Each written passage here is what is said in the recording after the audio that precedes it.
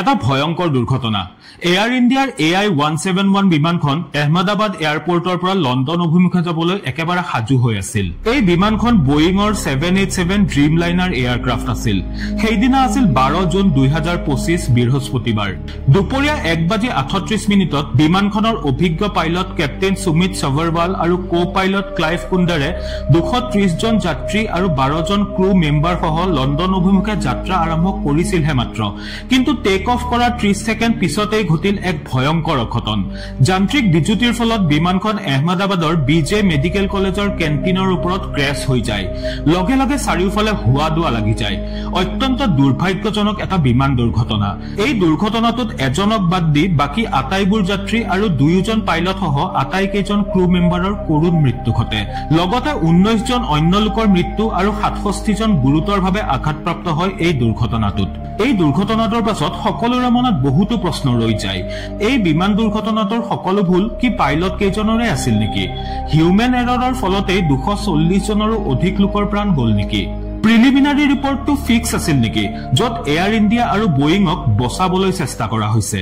বন্ধুসকল এই দুৰ্ঘটনাটোৰ ঠিক এক মাহ পাছত অৰ্থাৎ 12 জুলাইৰ নিশা 2:30 বজাত ভাৰত চৰকাৰৰ মিনিষ্ট্ৰী অফ সিভিল এভিয়েশ্যনে এটা ৰিপৰ্ট পাব্লিছ কৰে এই বিমান দুৰ্ঘটনাটোৰ প্ৰিলিমিনাৰী ৰিপৰ্ট হিচাপে কিন্তু এই ৰিপৰ্টখন দেখাৰ লগে লগে সকলোৰে মনত প্ৰশ্ন জাগি উঠে সকলোৱে এই অফিচিয়েল ৰিপৰ্টখনলৈ অপেক্ষা কৰি আছিল কিন্তু ৰিপৰ্টখন অহাৰ পাছত যিমানখিনি উত্তৰ পোৱা গল তাতকৈ প্ৰশ্ন বেছি উদয় হয় এই প্ৰশ্নবোৰ কি হে আমি আগলৈ কম কিন্তু তাৰ আগতে জানিলো আহক ৰিপৰ্টটোৱেনো কি কয়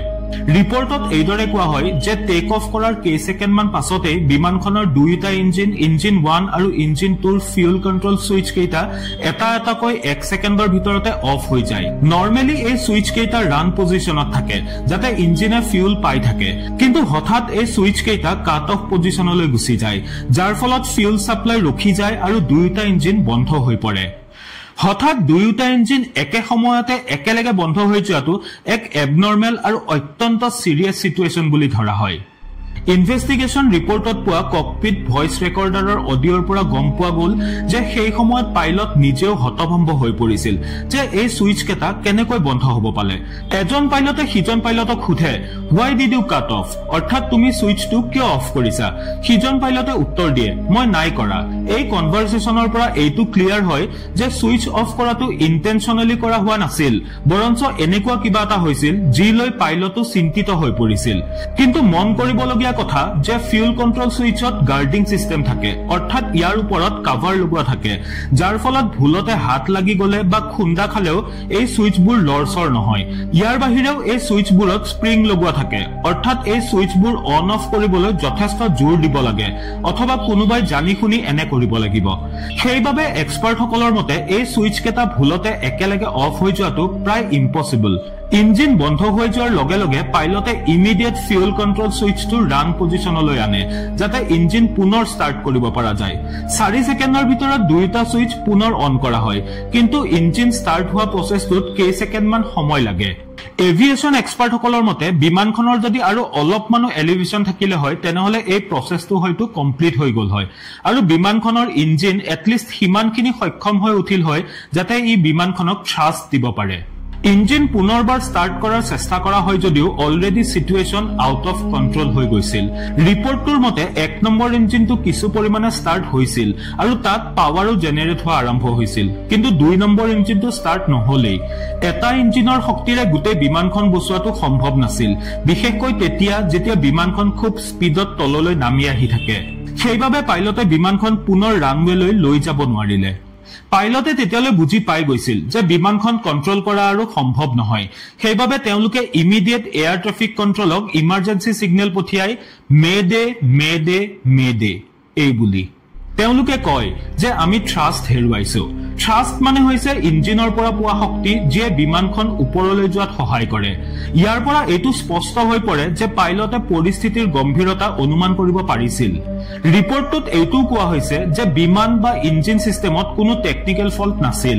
আটাইবোৰ সিস্টেমে ঠিকমতে কাম কৰি আছিল আৰু কোনো ধৰণৰ মেকানিক্যাল ফেইলাৰৰ কথাও স্পষ্টকৈ কোৱা হোৱা নাই। ইয়াৰ অৰ্থ হৈছে ইঞ্জিন বন্ধ হোৱাটো সিস্টেমৰ ফেইলাৰৰ বাবে হোৱা নাই। সুইচটো যেতিয়া ৰানৰ পৰা কাট অফ হৈছিল তেতিয়ালৈ বিমানৰ সিস্টেমে কোনো এলাৰ্ম, সতৰ্কবাণী বা কিবা বেয়া হোৱাৰ সংকেত দিয়া নাছিল।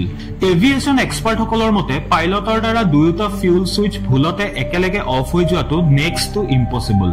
অৰ্থাৎ এনেকুৱা কেতিয়াও হ'বই নোৱাৰে। এনেকুৱা সিচুৱেশ্যনত হয় কোনোবা এজন পাইলটে দুয়োটা সুইচ জানি শুনি একেলগে অফ কৰি দিব লাগিব আৰু নহলে এইটো এটা ডাঙৰ ককপিট ব্লাণ্ডাৰৰ ঘটনা হ'ব পাৰে। বন্ধুসকল, এইখিনিতে আৰু এটা কথা কৈ থব বিচাৰো যে এই ৰিপৰ্টটো জাষ্ট প্ৰাৰম্ভিক, অৰ্থাৎ প্ৰিলিমিনাৰী ফাইণ্ডিংছৰ ওপৰত আধাৰিত এটা report. Aircraft accident investigation bureau চমুকৈ AAIB এতিয়াও ঘটনাটো বিস্তাৰিতভাৱে অনুসন্ধান চলাই আছে যে এই সুইচটো বন্ধ কেনেকৈ হৈছিল। এইটো হিউমেন এৰৰ আছিল, পাইলট অন্যমনস্ক হৈ গৈছিল নে আন কিবা কাৰণৰ বাবে এই ঘটনাটো ঘটিছিল। সেয়া যিয়েই নহওক ফাইনেল ৰিপৰ্টতহে সকলো তথ্য পোহৰলৈ আহিব, কিন্তু এক প্ৰকাৰ এই প্ৰিলিমিনাৰী ৰিপৰ্টে পাইলট বা কোনো হিউমেন এৰৰকে এই প্লেন ক্ৰেছটোৰ বাবে জগৰীয়া বুলি কৈছে। আমি আৰম্ভণিতে কোৱাৰ দৰে এই ৰিপৰ্টে আমাক উত্তৰতকৈ বেছি প্ৰশ্নহে দি থৈ গৈছে, কাৰণ সেই দুজন পাইলট যাৰ কেইবা হাজাৰ ঘণ্টাৰ ফ্লাইং এক্সপিৰিয়েঞ্চ আছিল, যিয়ে বয়িঙৰ ড্ৰিম লাইনাৰ আগতেও উৰাইছে, যিয়ে যোৱা 25 ঘণ্টালৈ কোনো বিমান উৰোৱা নাছিল, অৰ্থাৎ তেওঁলোকে ভালদৰে ৰেষ্টটো পাইছিল, তেনেহলে তেওঁলোকে ফিউল কণ্ট্ৰল সুইচটো কিয় অফ কৰিব কওকচোন। বহুতে ক'ব বিচাৰে যে পাইলটৰ গাত দুখ জাপি দিয়াটো এক প্ৰকাৰ বয়িঙক দুখমুক্ত কৰিব বিচৰাৰ দৰে কথা, আৰু এইবোৰ এইবাবেই কৰা হৈছে যাতে এয়াৰক্ৰাফ্ট কোম্পানীয়ে ইঞ্চুৰেঞ্চৰ পৰা পইচা আদায় কৰিব পাৰে। কাৰণ হিউমেন এৰৰৰ ঠাইত যদি ছফটৱেৰ বা হাৰ্ডৱেৰ এৰৰ হল হয় তেনেহলে বয়িং আৰু এয়াৰ ইণ্ডিয়াই ইঞ্চুৰেঞ্চৰ পৰা পইচা নাপালে হয়। সেইবাবে সকলো দুখ পাইলটৰ গাত দি দিয়া হৈছে, সেইকেইজন পাইলট যিয়ে নিজকে নিৰ্দোষী বুলি প্ৰমাণ কৰিবলৈ আজি আমাৰ মাজত নাই।